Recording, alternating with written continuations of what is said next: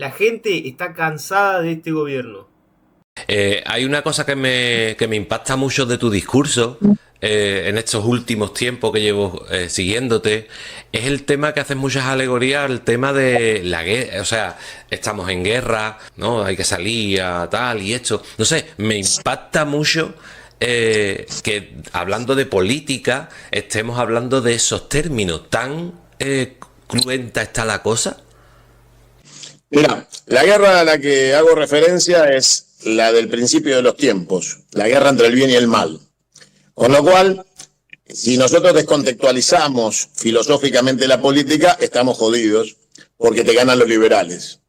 Nosotros tenemos una base doctrinal, que es la doctrina social de la Iglesia, y tenemos una visión cristiana de la política, con lo cual tenemos en claro que el bien y el mal existen y que la política tiene que ver con la instrumentación del bien y del mal, porque los instrumentos de la administración del Estado a partir de un gobierno pueden servir para hacer el bien o para hacer el mal.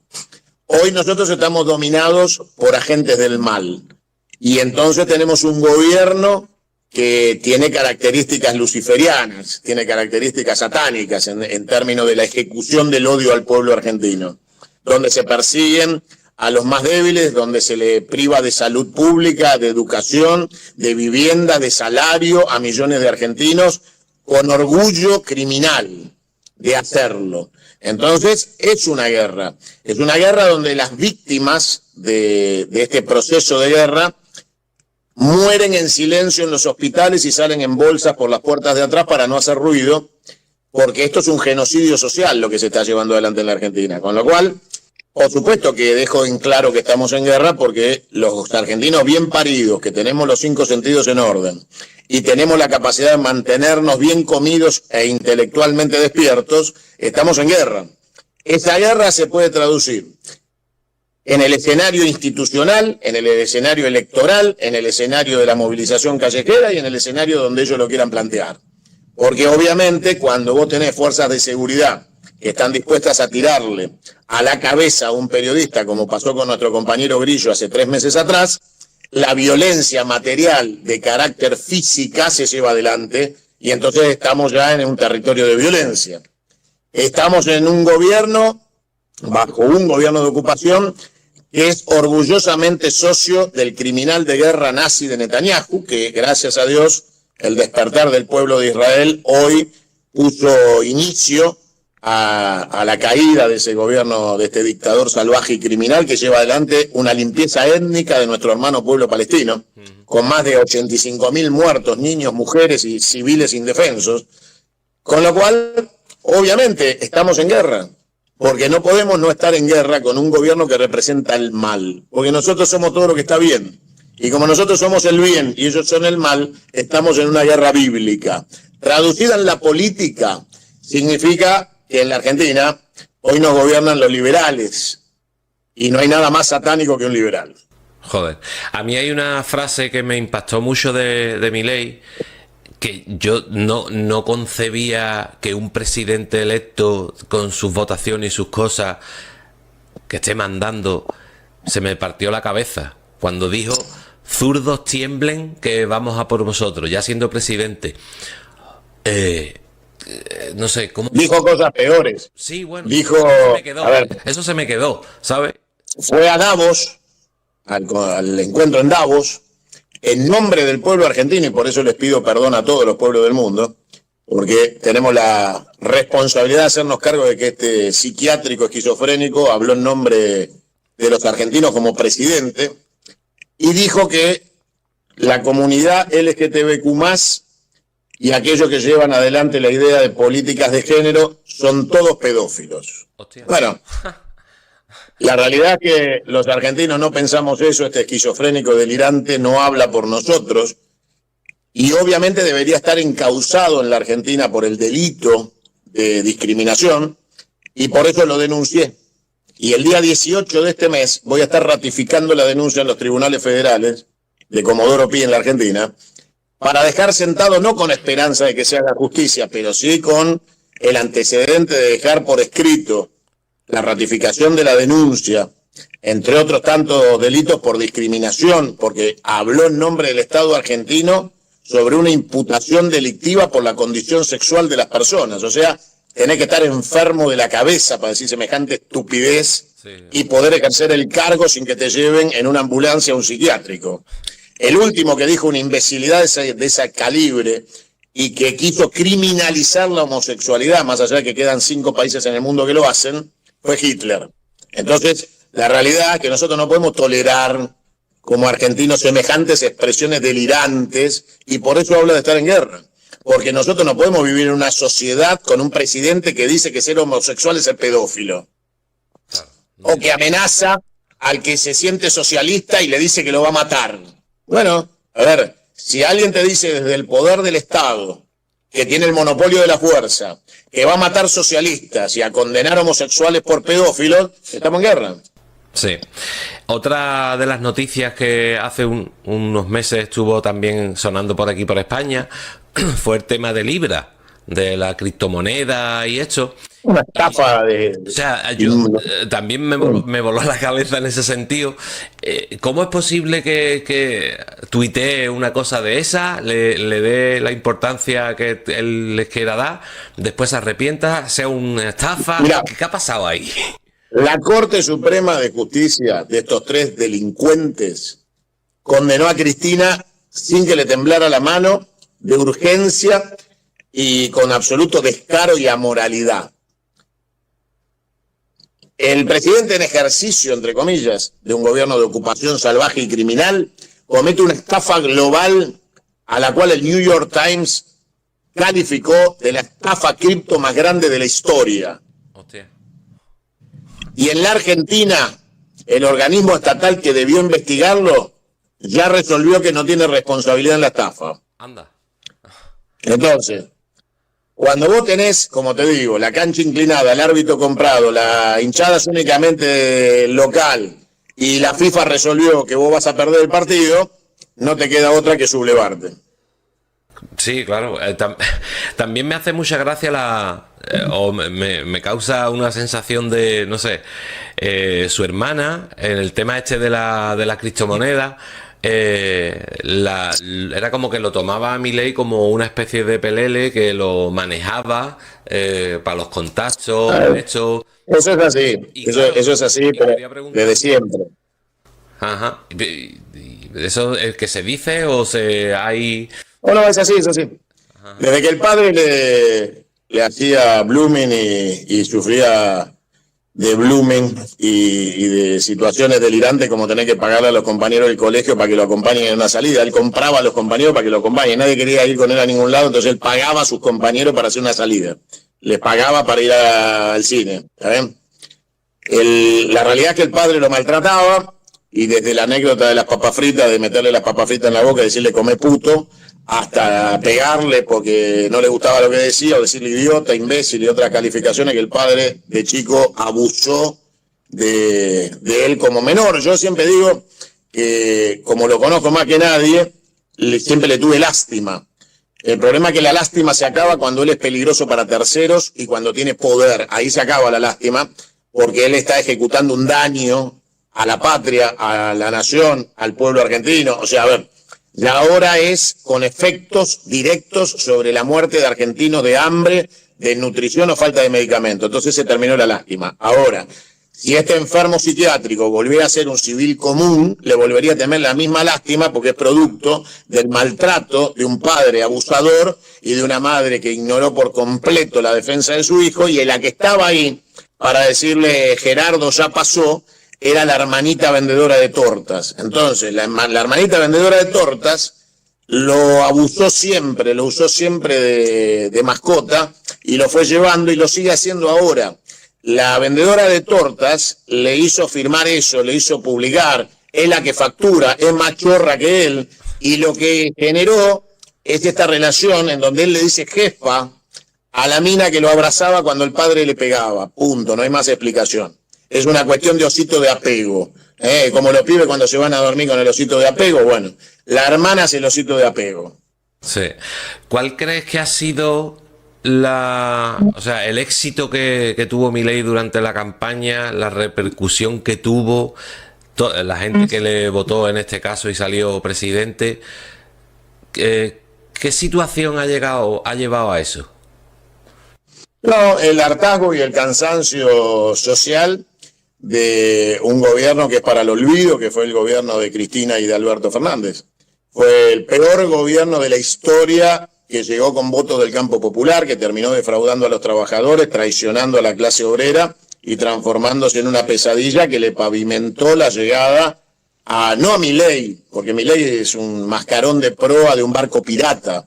El problema no es el mascarón de proa, son los piratas que vienen arriba. Entonces, Milei es un invento de la maquinaria de la derecha liberal, capitalista y masónica que inventó a Bolsonaro, a Trump, es lo mismo. Con la misma estructura de trolls y de sistemas de influencia por redes sociales, construyeron a Trump, construyeron a Bolsonaro y construyeron a Milei. Es un experimento repetido. Lo que tiene que saber este psiquiátrico es que Bolsonaro está por ir 40 años preso por intento de golpe de Estado en Brasil, que Trump, a partir de las declaraciones que lo vinculan con la pedofilia, cosa que también lo vincula con Milei, lo linkea con Milei, a través de las organizaciones y agendas mutuas donde están todos los pedófilos que lo financiaron, la realidad es que Trump está camino al impeachment, porque con la acusación de pedofilia, más la situación que hoy tiene en Los Ángeles, donde declara el estado de sitio en Los Ángeles, donde ya hay muertos y represión abierta por la locura demencial de las deportaciones masivas, aún de ciudadanos norteamericanos, de latinos nacidos en Estados Unidos, con lo cual claramente está en la misma sintonía de limpieza étnica y odio racial, que va a terminar con Trump, con lo cual digamos, el futuro de este esquizofrénico que tenemos acá es seguir los pasos de Netanyahu, de Bolsonaro y de Trump. Van a terminar todos muertos. La cuestión es que en la Argentina, por nuestra historia, nuestra composición, nuestro ADN, es muy probable que a él no le llegue la justicia antes que le llegue la horca. Santiago, vamos a cambiar un poco. Vi un vídeo del humorista de... ¿cómo se llamaba? Peter Capusotto, que me hizo mucha gracia. Él explicaba, era una situación muy rara, y explicaba que decía, si un extranjero se queda obnubilado con el pendulear del peronismo, el pendulear, y yo me quedé así, y hice un comentario en Instagram, mis seguidores pues me contestaron como buenamente podían. Explícame, para una persona que no entienda, como en este caso yo no entiendo mucho, el peronismo. ¿Qué es el peronismo? ¿Qué influencia tiene o por dónde va? ¿Cómo se puede explicar? Te lo voy a hacer simple y sencillo para cualquier español despierto que quiera entender. El peronismo se diferencia de cualquier organización política mundial en que la mayoría de los estados donde existe la democracia como sistema de administración, los países se dividen en izquierdas y derechas, con aquel viejo ejemplo de los que estamos a favor del rey y los que queremos estar en la reforma. Bueno, esa boludez inglesa, las derechas y las izquierdas, no aplicable a la Argentina de ninguna manera, encuentra un movimiento político-social que no se divide a la mitad en izquierda y derecha. Se divide a la mitad en izquierda y derecha y después en un corte transversal de izquierda a derecha. O sea que nosotros no tenemos dos medios, tenemos 4/4. Porque el peronismo es vertical y horizontal. ¿Cómo se entiende esto? Perón era Maradona, Perón era Messi, Perón era alguien que jugaba de 5. Estaba en el medio de la cancha y te hacía jugar por izquierda, por derecha, te entraba y te tiraba un centro, te tiraba tiro libre, atajaba, con lo cual esa capacidad de pivot de Perón, de saber cuándo le tocaba jugar por la izquierda y cuándo le tocaba jugar por la derecha, y que todos estuvieran convencidos que Perón los había elegido. O sea, por derecha creían que Perón los había elegido, por izquierda se creían que los había elegido, y en realidad, como dijo alguna vez Perón, en la Argentina todos somos peronistas. Entonces, la realidad es que el peronismo se entiende así, no es pendular. ocupa toda la cancha y tiene la capacidad, la doctrina peronista, de adaptarse, porque Perón fundamentalmente era un dogma, o sea, una estrategia con ejecución táctica perfecta. Era una persona que entendía perfecto la táctica, el pragmatismo de lo táctico. Entonces sabía que no todos los partidos se juegan igual ni con los mismos jugadores. Por eso era imposible de vencer, porque no lo podías analizar, porque tenía la capacidad de la sorpresa. Ajá. Perón pudo unir en la Argentina una fórmula que era agua y aceite, que fue Cámpora, Solano, Lima. Cámpora era la expresión de la extrema izquierda, llamale, ¿sí? De los movimientos revolucionarios y armados, de montoneros, y entonces Cámpora era la expresión de la insurgencia, era la expresión del peronismo revolucionario, era la expresión de la tendencia. Solano Lima era un conservador absoluto y total, con lo cual le faltaba ser monárquico nada más. Y logra la síntesis Cámpora, Solano, Lima. Solo Perón podía juntar todo eso y ganar. Y gana, y junta el agua y el aceite, y después viene él. Después de eso, viene él. Viene ya viejo, con poco resto biológico para hacerse cargo del destino de la Argentina, y lamentablemente nos sorprende su muerte. Entonces, para que todos entiendan, el peronismo no es pendular. El peronismo ocupa toda la cancha. De arriba para abajo, entre izquierda y derecha, y de izquierda a derecha y de derecha a izquierda de manera transversal. Hay peronistas de izquierda y peronistas de derecha. Hay peronistas del centro y de arriba y de abajo. Porque el peronismo ocupa toda la cancha. Y por eso la confusión que tienen muchos de creer que alguna vez van a poder matar el peronismo. Sí, claro. Cosa que es absolutamente imposible, porque el peronismo es una revolución pendiente.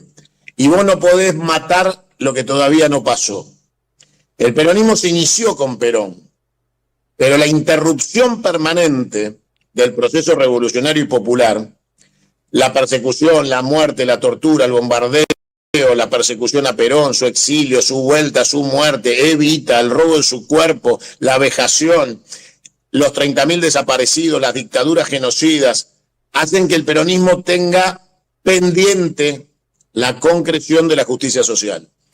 Y cuando vos estás muy mal, volvés siempre al abrazo de tu mamá. Entonces, la sociedad argentina, cuanto peor la maltrata este horrendo liberalismo satánico, más peronista se hace, más movimentista se siente, más lucha se plantea, y finalmente cuando todo explota, volvés a tu primer amor. Entonces, lo que no entienden es que nosotros somos amor y ellos son odio.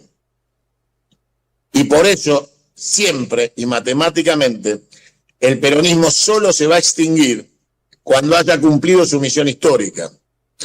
En Francia, De Gaulle no es un tema cotidiano, porque él prometió volver a París y liberar a Francia de los nazis, y cumplió.